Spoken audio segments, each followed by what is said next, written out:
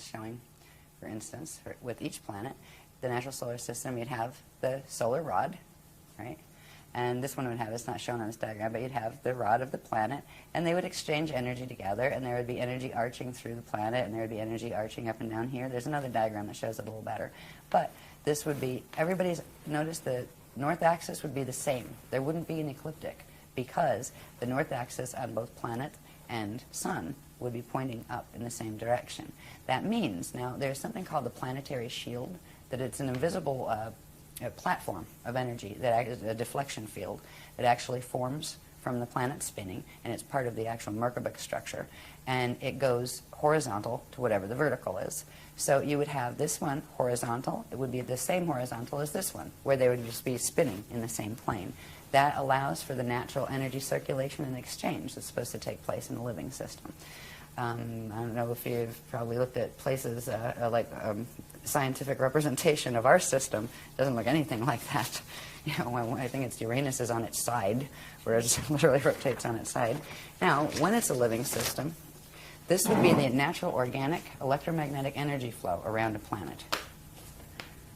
This is called the Yanyan flow, and we have half a book, I think, dedicated to these. The Cathara 2.3 manual deals with these heavily, and it shows the formation of them, what they do. You know, these are the natural electromagnetic flows of a living, breathing system that has the capacity to, through its core, interact with other living, breathing systems around it. It's part of the natural structure.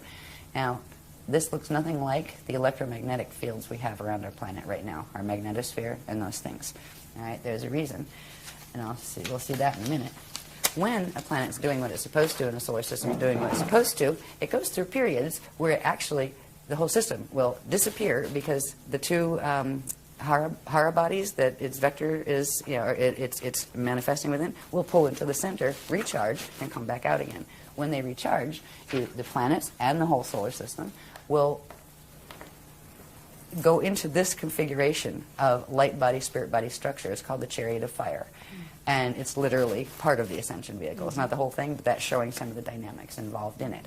Now, we used to be an ascension system. Notice in the Chariot of Fire, there is that merkaba structure again. Now, this is just a simple merkaba structure. It's a biveka, which means it has one cone going down and one cone coming up. There's much more complex structures. But this would be the natural kind of thing that if this was a living, breathing system, and same with the galaxy would have the same type of interaction. The galaxy does not have its galactic plane is tilted. Things are tilted all over the place in the galactic plane, and our solar system is in the same position. The natural ones have these configurations.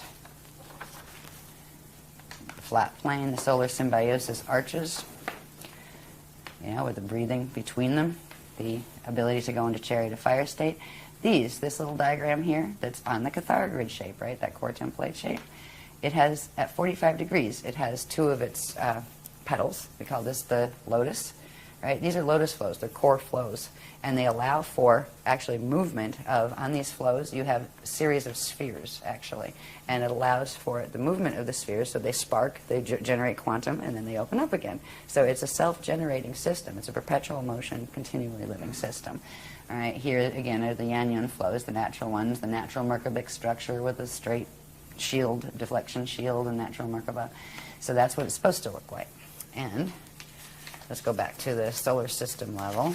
And this is a bit messy because I never had this one typeset, but at the moment, this is our solar system.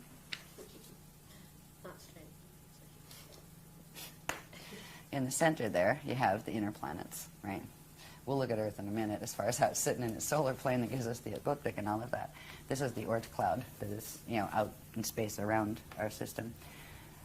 What should have been Nibiru, our 12th planet, not our 10th. It was our 12th planet. I believe Chiron was our 11th, and then Pluto, and then where the asteroid belt is, there was another one called Maldoc, and that exploded. So this is a mess. This solar plane is twisted here where you have Pluto's orbit, right? That's already going wacky out this way. Then you have Nibiru that actually comes in, I forget, I have the date somewhere, every 3,000, 3,600, something like that years. On the other end of it, there is another, it's an artificial body that was actually created by squashing together fragments of planetoids and things, and partially pieces of the moon as well. This one is called Wormwood, and it was meant to counterbalance the orbit of this, and they go in and out of the density 2, I think, Sirius system. I think that's where they said it was. I have it written down. I haven't done the Nibiru stuff in a long time. But it's literally a cycling machine that was their watchtowers here.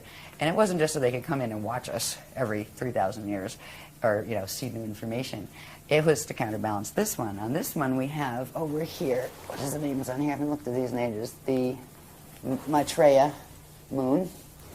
And up here, I believe, was the Clarion. These were other bodies taken from elsewhere to create this. They literally created this. These are beings that are moving planets. They're moving stars. You're like, we're worried about little grays? Seriously. I mean, at this point, whatever, go ahead and abduct me. You know, jeez, you'll be sorry. You know, I'll fight back this time. No, I'm just kidding. But anyway, the thought of the scale of what is going on here, this is not natural. We don't see this one yet. It was due to come back in, actually, not Nibiru. Nibiru is not due for, I forget, it's like a couple thousand years still. But Wormwood was going to be coming back in. Fortunately, Wormwood in 2003 became Wormwoods because it was shattered. It was down, it was going into the orbit of parallel Earth at the time, because the parallel Earth is connected in here, the orbits of that, which we'll see later in other stuff. But it was at least shattered, but it is still a massive asteroid belt, or not belt, but mess. And it still potentially can come back in. If it does, it creates total havoc when it comes in. These orbits come in, I believe it's between Mars and Jupiter, I think, is where they pass up. And it causes a bit of havoc on the system. When full rip is allowed, where they come in at a certain level of density, because there's a way they play with the dimensions here where they can bring them in without totally tipping the system, without, you know, totally wiping out the solar system. That's why they've been able to do this cycle before. But when the full gates are open and they allow this in a stellar activation cycle where they're activating the 55 merkaba, it will actually, these will be used to flip the whole plane and drag it in. And that's, they're literally, I don't know what kind of game you would call this, but they're literally using very advanced physics. So are you saying that they're all artificial bodies? Are you saying that Nibiru or No, Wormwood, that was one of the natural planets, or that was stars natural. from this, yeah. Okay, One, what about Earth. Wormwood? No, that was created. I think part of it were pieces of the moon and something else. I remember they told us about that a while ago. The moon is not a normal body either. That's artificially created Yes. as well. And because it keeps certain things at certain spin rates that they have to keep in order to keep the vortex connections to the wormholes. And that's why this whole thing is done. That's why our solar system is such a mess, because they were creating wormholes. Okay, what about a brown dwarf? Is there a brown dwarf in there? Possibly. I know there's white dwarfs, like Sirius B. Brown dwarf. It's possible. I would have to ask them. Okay, so the other axis that you've got there are two other planetary bodies. Yeah. What are they called? This one they call the Maitreya Moon.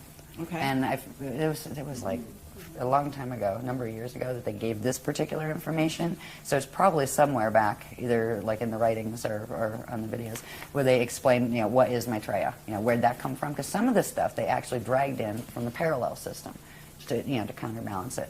Clarion, this one up here, it was related to, I think it was a piece of the other one that's, what was that? There's Clarion, and there's the other one that was a normal part of here, Chiron.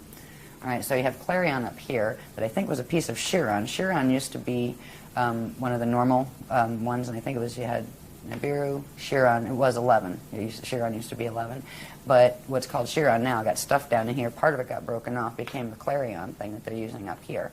And you have one of these controlled by the Weisse black hole system, which was the Weisse matrix that I had pointed out on those maps. You have Weisse Dex and Weisse Drax, and they don't like each other. They're fighting. You have the Anunnaki and the Omicron Draconians.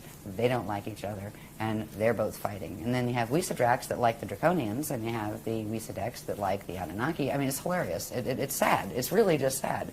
But there are a whole bunch of groups on each side of this polarity drama. Then you have the Christics sitting in the middle going, oh boy, you know?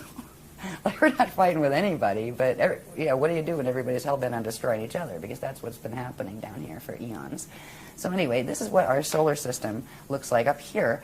This artificial, it's like a wobbling orbit. It's not just our planet that wobbles. There is actually a wobble created in the solar plane itself. It's actually taken the solar plane where it doesn't sit flat in the galactic plane anymore. I think it's around a 45-degree tilt to the, to the galactic plane.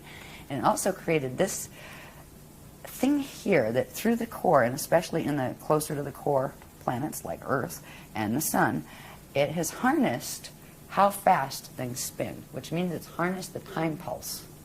So through this device, they have been able to progressively get control over how fast things spin, so they can synchronize the spins of things over here with the things that they're trying to merge them with on the parallel side. It's a bizarre and fascinating and horrifically morbid technology, this Death Star technology.